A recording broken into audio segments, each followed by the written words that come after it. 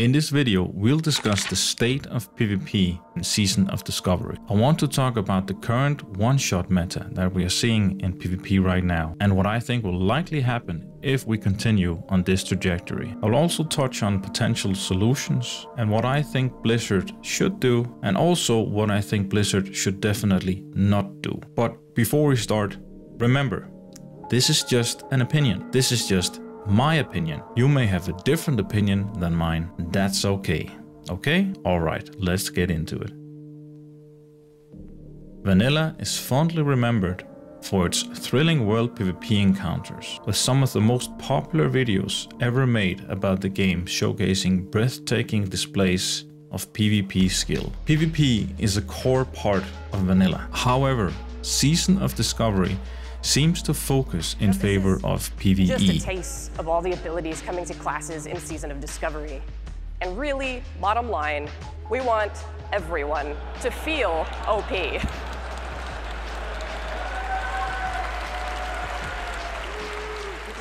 While striving for balanced PvE content is admirable, neglecting PvP risks losing the spirit of Vanilla. I'd argue that the vast majority of people actually prefer PvP, maybe on a casual basis, but you could look no further than to what servers are being selected. Usually, it is the PvP servers that are the most popular. If the vast majority of people preferred PvE, then why wouldn't they pick a PvE server? My point being that PvP should not be neglected. But what I'm worried about in Season of Discovery and what I'm seeing is this one-shot PvP meta. The one-shot meta is fueled by excessive damage, low health, which leaves little room for counterplay. Spiky healing exacerbates this, creating unpredictable swings in HP and pushes PvP towards a bursty meta. You could say it would be going away from a strategic game of chess and towards a game of whoever hits first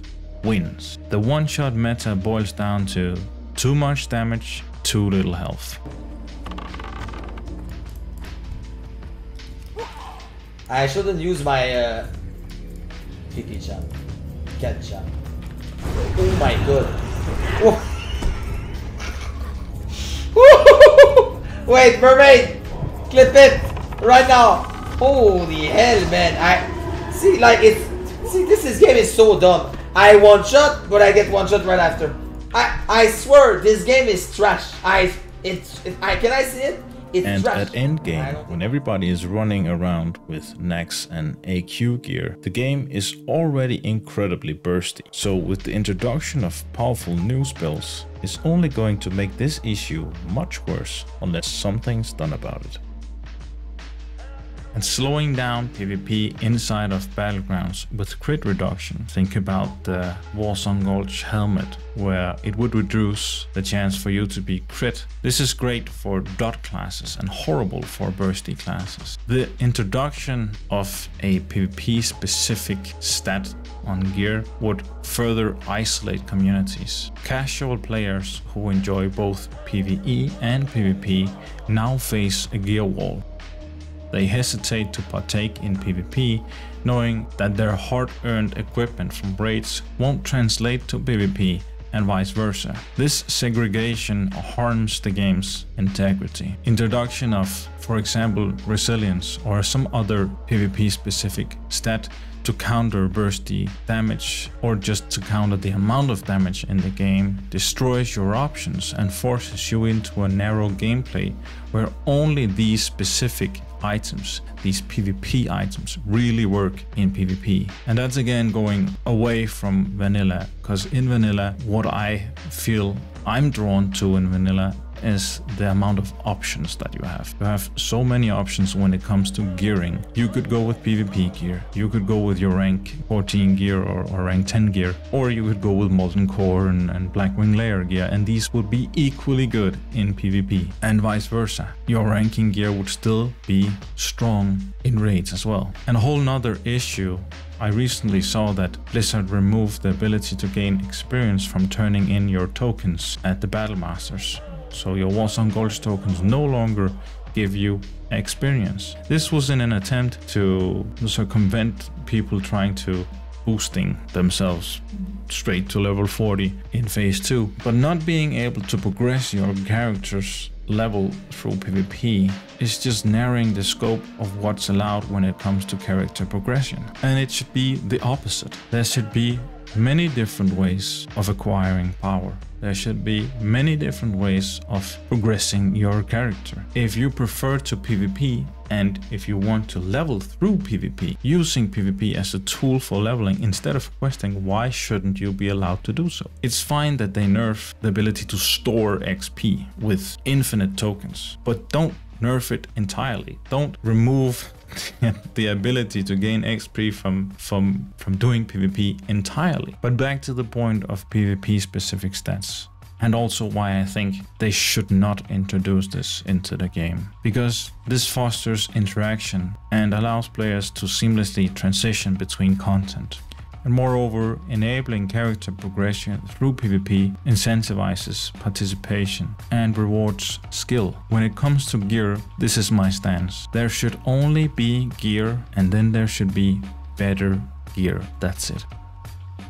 I also think that there shouldn't be a separation between what's allowed in World PvP and what's allowed inside of Battlegrounds. Reducing damage done in Battlegrounds is, in my opinion, not the solution. It simply feels bad whenever you do this amount of damage in the open world and now suddenly you're in a battleground and you do 25% less damage. As if PvP doesn't matter outside of Battlegrounds or specific PvP events that they implemented into the game. Like, these are not dynamic PvP events. I think if you wanted to apply something like this, I think it should be applied throughout the entire game. Like, then reduce all damage by 25%. That would make more sense. And if you reduce the damage, then also reduce healing done. Again, the fondest memories that I have of vanilla is World PvP. In my personal opinion, what I really feel like is great PvP is spontaneous PvP, where you're not expecting PvP to happen. That's where PvP is the most fun. Balance PvP not only in Battlegrounds, not only at specific events,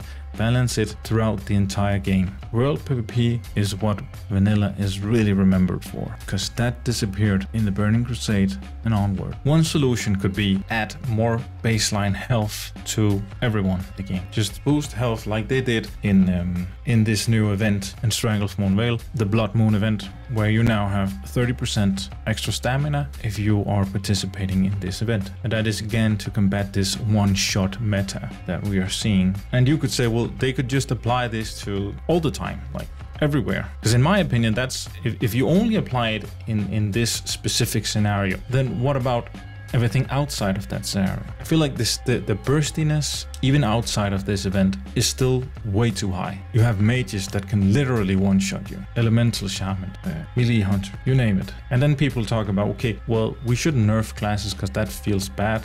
We should buff the weaker classes. Then you have to give more stamina, and then you have to buff the health of PvE content as well, because then if keep buffing and buffing, then you trivialize the PvE content, and not only leveling but the danger in the world. So you'll be able to just one-shot every mob you see. And what about healing potions and bandages then? Should they buff those? Because if you buff your health, then the impact of a healing potion or the impact of a bandage will be less. So now they also have to buff these professions to make up for the fact that they buffed everything else so much. So I think actually the real solution is likely, and I know most people don't want to hear it, but is nerfing. You need to nerf the classes that are doing too much damage, not buff the other classes to bring them up to par with those, because that creates a whole bunch of issues down the line. Remember, this is just an opinion piece. This is just my opinion. It's the beginning of a discussion. Share your thoughts in the comments below and let me hear what you think. If you like this video,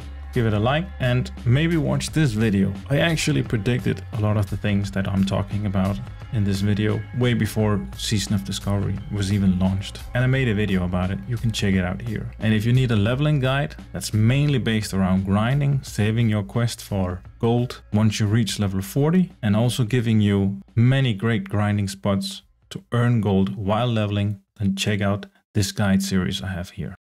And I'll see you in the next video.